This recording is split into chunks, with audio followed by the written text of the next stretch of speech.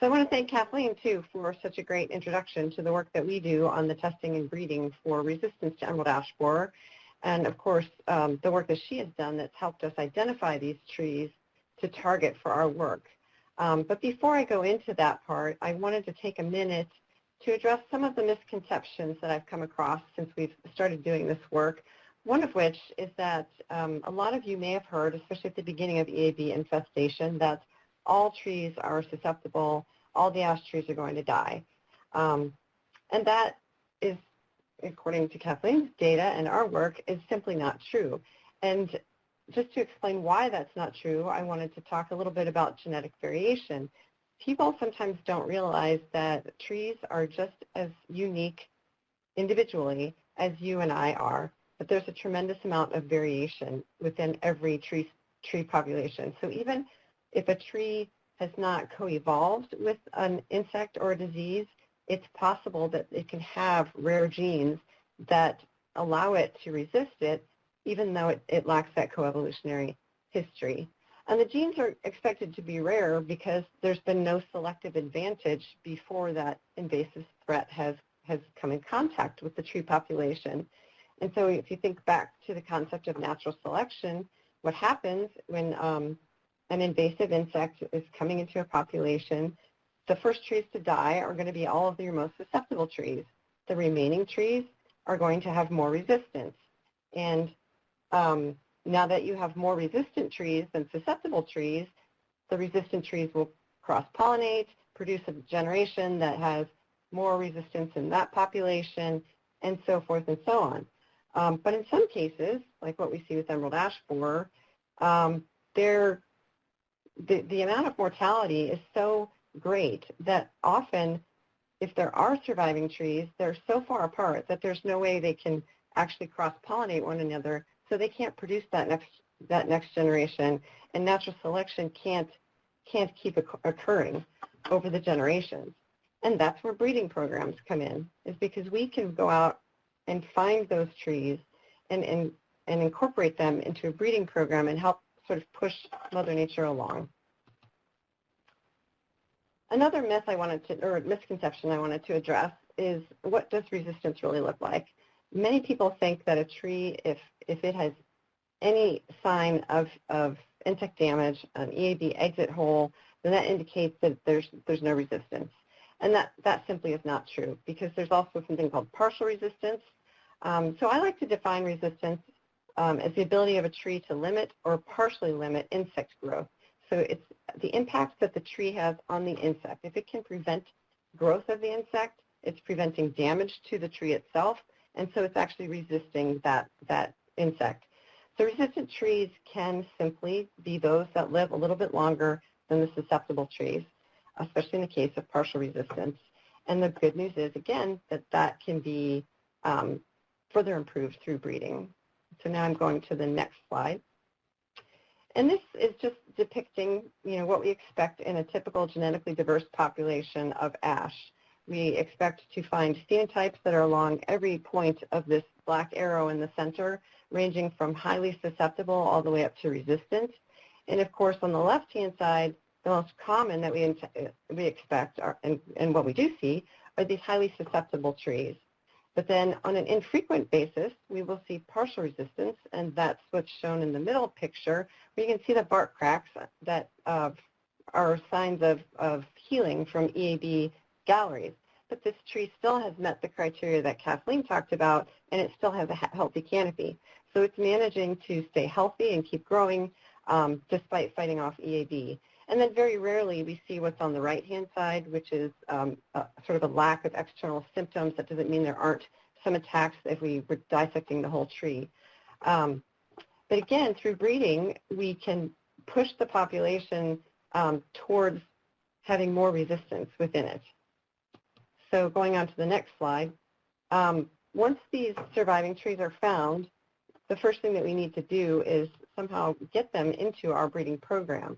And so what is shown in these pictures is just collecting scion, going out and using either pole pruners in the left two slides or a rope saw with a slingshot to cut out a branch, a dormant branch, that we can then use for grafting. And this is the next slide.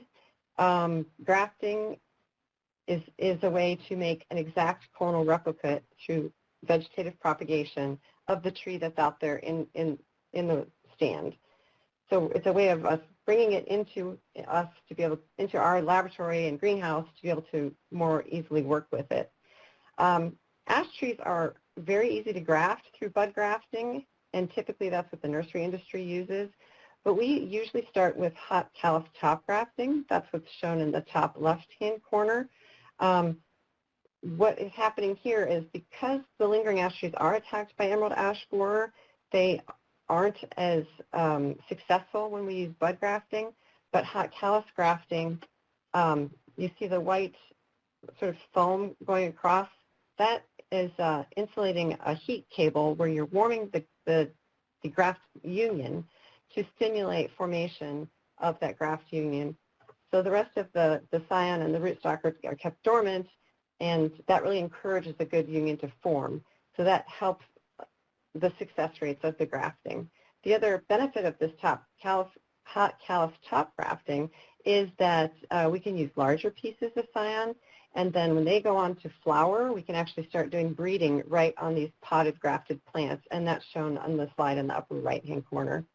And once we have some top grafts, we can then use those for scion to do bud grafting, again shown in the lower left-hand corner, so that we can then rapidly produce lots of replicates of each of these genotypes for further testing both in the field and in the greenhouse. And moving on to the next slide. So we know from Kathleen's data and surveys that the lingering ash trees have survived longer than 99% of the rest of the ash in that stand, but we still need to test to confirm that this is true resistance. And one of the best ways we can do this is by establishing clone tests, and this is a photo of one that we have through a partnership with Holden Arboretum, where we have 10 grafted replicates each planted at this site. There's 40 lingering green ash, 8 lingering white ash, along with grafted susceptible controls. We also work with blue ash, black ash, and pumpkin ash, but the original sites where it was appropriate to make these lingering ash selections were more dominant in these other species. So they just aren't a large part of our program yet, but we are trying to increase that. So a planting like this is in an aftermath forest. All of the mature ash trees around are gone, so it's going to take a while for these trees to grow. It's also going to take some time for the EAD populations to build up before we start seeing, differences in the performance of how these are doing in the field.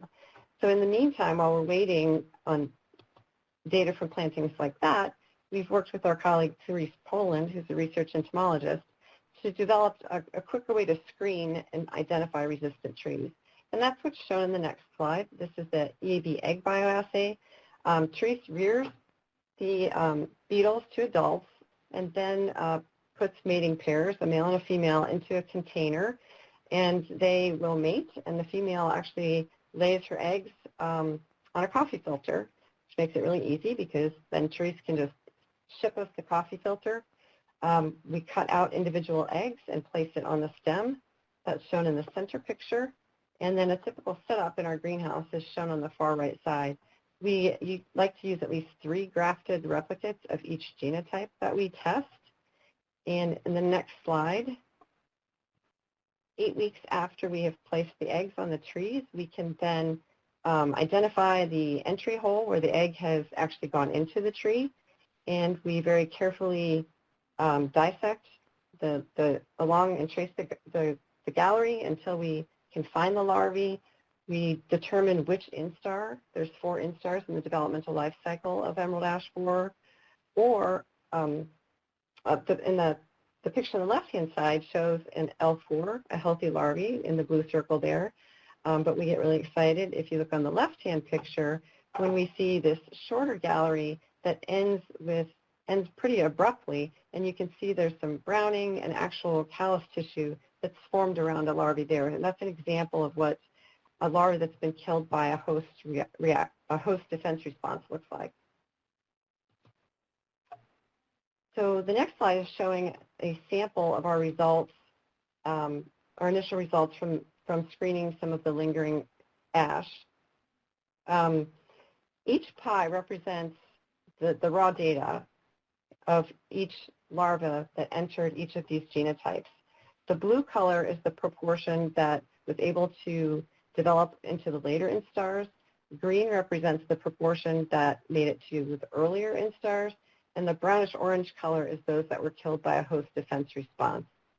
So all of these trees in the top 6, except for the bottom left-hand corner that's labeled susceptible control, met the criteria of a lingering ash. So they all had healthy canopies.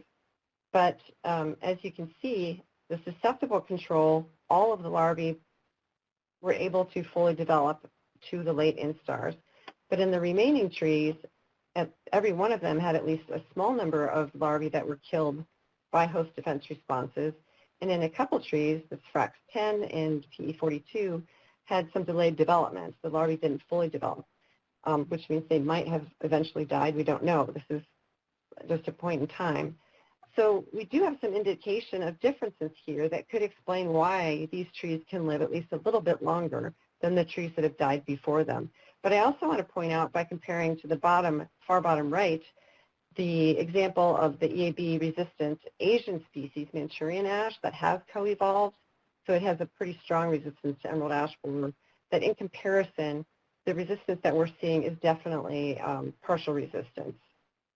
So moving on to the next slide, our strategy is then to take these lingering ash with the partial resistance, and through breeding, we can combine the best genes from each parent into the progeny.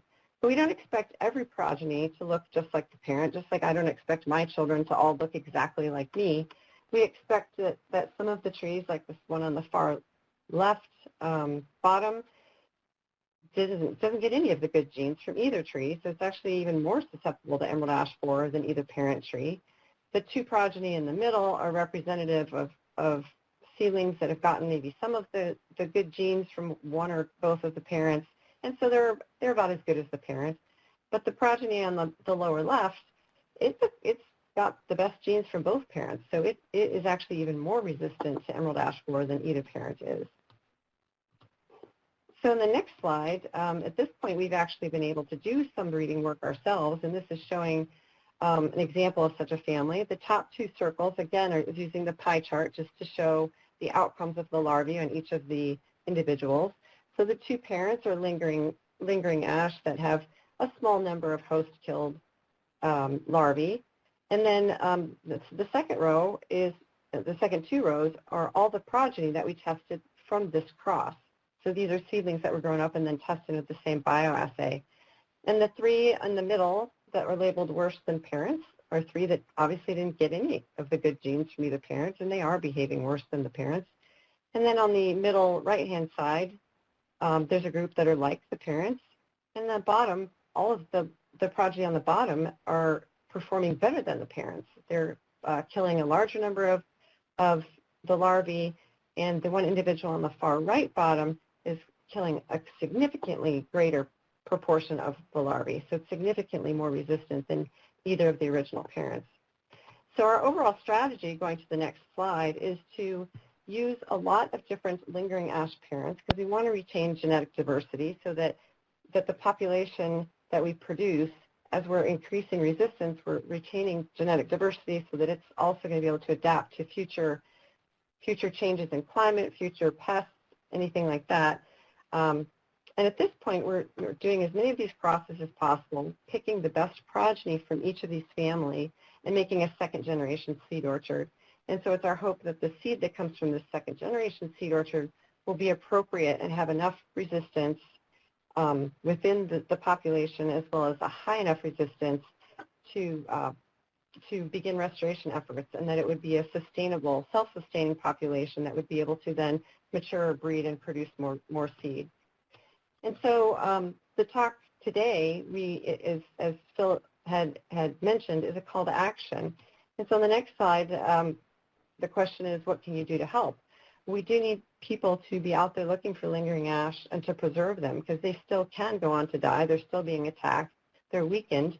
And shown here on the left-hand side is one that was killed in a wind blow event. And the next slide is showing some resources. I'm not going to go into these a lot because I know my time is running short, and I want to make sure Jonathan has a lot of time.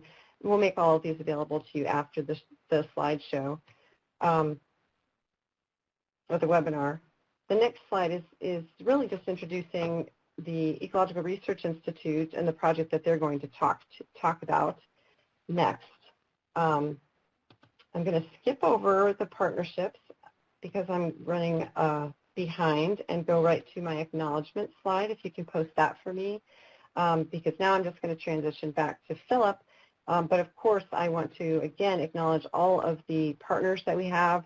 This is a tremendous amount of work to get as far as where we've gotten, and we've been very fortunate to have people willing to fund our research, and we're very grateful for that. So before we go on with Jonathan, I guess I'm going back to Phil now.